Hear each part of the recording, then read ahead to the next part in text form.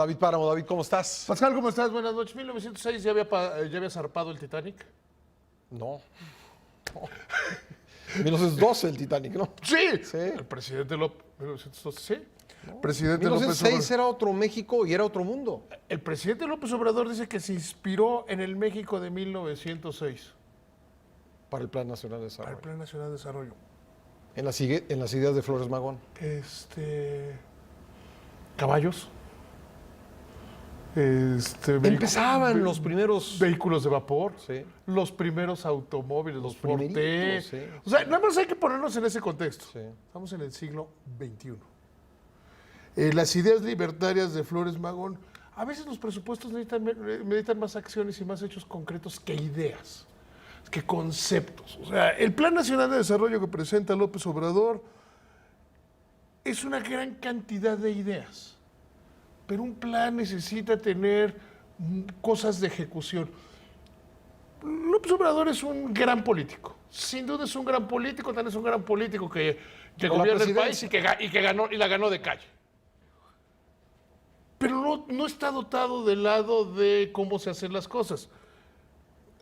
¿Cuáles son sus grandes obras para el arranque de gobierno? Que siempre son fundamentales porque mandan un mensaje no solo de cómo se destina la inversión privada, sino cómo se busca el crecimiento, sino cómo la iniciativa privada va a jugar. Son tres, ¿no? Tren Maya. Sí, tres. El Tren Bueno, Maya, cuatro. El Tren Maya Sí. no va a generar impulso económico, no va a generar desarrollo y no va a generar, o sea, no se ve como un gran impulsor del crecimiento. Lo eran más las zonas económicas especiales que ya canceló. La refinería de Dos Bocas en Tabasco, lejos, en las antípodas de ser un generador de riqueza, es un generador de pobreza. Ahí están los datos financieros de Pemex, ahí está el plan financiero de Pemex que dicen que lo van a presentar hasta junio. Es el colmo que una empresa, una de las principales empresas petroleras del mundo, la empresa más grande del país, aún no haya presentado su plan de negocios al principio de la administración. Y además va en contra del sentido común. Quizá es modelo 1906. Brasil ayer mismo anunció que están considerando vender sus refinerías, porque ya no es negocio refinar. Ya lo hace Arabia Saudita, ya lo hace, hasta Brasil lo hace. O sea, ya hasta Brasil lo hace. El aeropuerto de Santa Lucía, que quién sabe si vaya a funcionar o no, luego se les aparecen cerros, además cerros que no puedes tirar, porque además tienen vestigios históricos y gastarte más de 8,000. No va a generar inversión y no va a generar crecimiento. ¿Quién sabe si las aerolíneas vayan a Porque venir? si en 2060, ¿tú piensas estar vivo en 2069? Tendremos más de Lo 100 dudo años, mucho, Pascal, sí. ya. Lo dudo mucho. Yo también, yo creo que tú y yo ya. No, y además el mundo va a ser otra cosa. O sea, Sí. sí, porque ese aeropuerto dice que lo van a terminar, o sea, que va a alcanzar llegar a su- su máximo sí. potencial en 2069. Tú y yo vamos a tener más de 100 años si estamos vivos. No hay modo.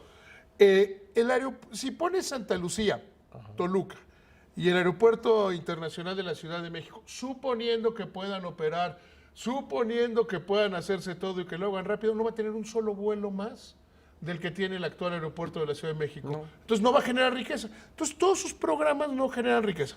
Por el otro, ¿dónde se orienta el gasto?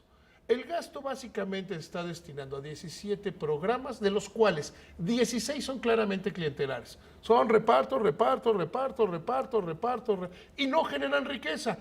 Los programas asistenciales no generan riqueza. En este país lo sabemos desde época de Carlos Salinas. No hay nadie que haya salido de la pobreza Nadie. con los programas asistenciales.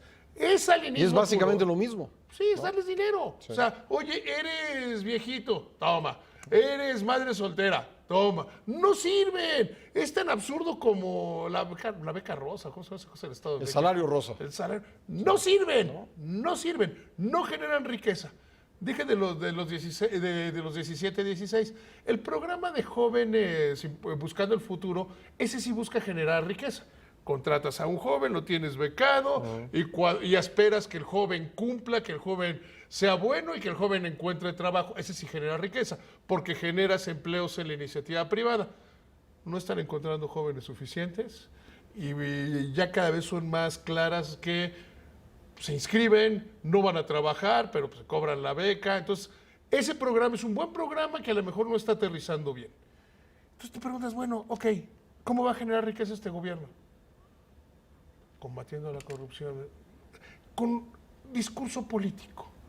Y plantea el presidente López Obrador que vamos a crecer en promedio al 4% durante este sexenio. La economía cayó 0.2% el trimestre pasado, como lo informábamos ayer, rompe una racha de 36 trimestres consecutivos de expansión de la economía mexicana. Es un cambio de ciclo. Y hoy López Obrador hizo lo que esperábamos que hiciera, lo que decíamos que ayer hiciera. No, es que la mafia... Bla, bla, bla. Oye, luego lo comparó con 95. Esa comparación pues da miedo, ¿no? La Porque comparación del 95, la economía cayó sí. 5.7%. Con dos consideraciones que vale la pena poner, Pascal. Consideración número 1. Durante 1994 la economía se fue deteriorando mucho. Hay que recordar, porque de repente comparar 2018 con 2019, a ver, 94, ejército zapatista, las olas de secuestro. ¿Qué alguien dice? Las olas de secuestro, sí, los grandes secuestros de empresarios minaron mucho y detuvieron mucho la inversión.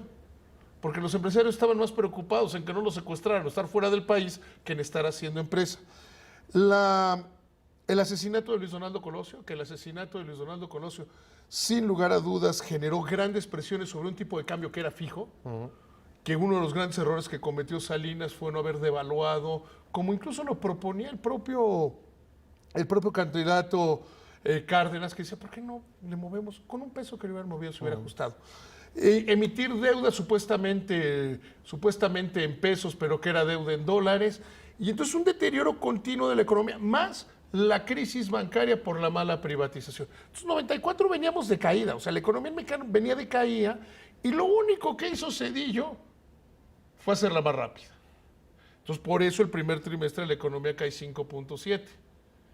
Y es desde ese año habíamos perdido. ¿Que todos los primeros trimestres de las nuevas administraciones son malones? Sí, no tan malos como este.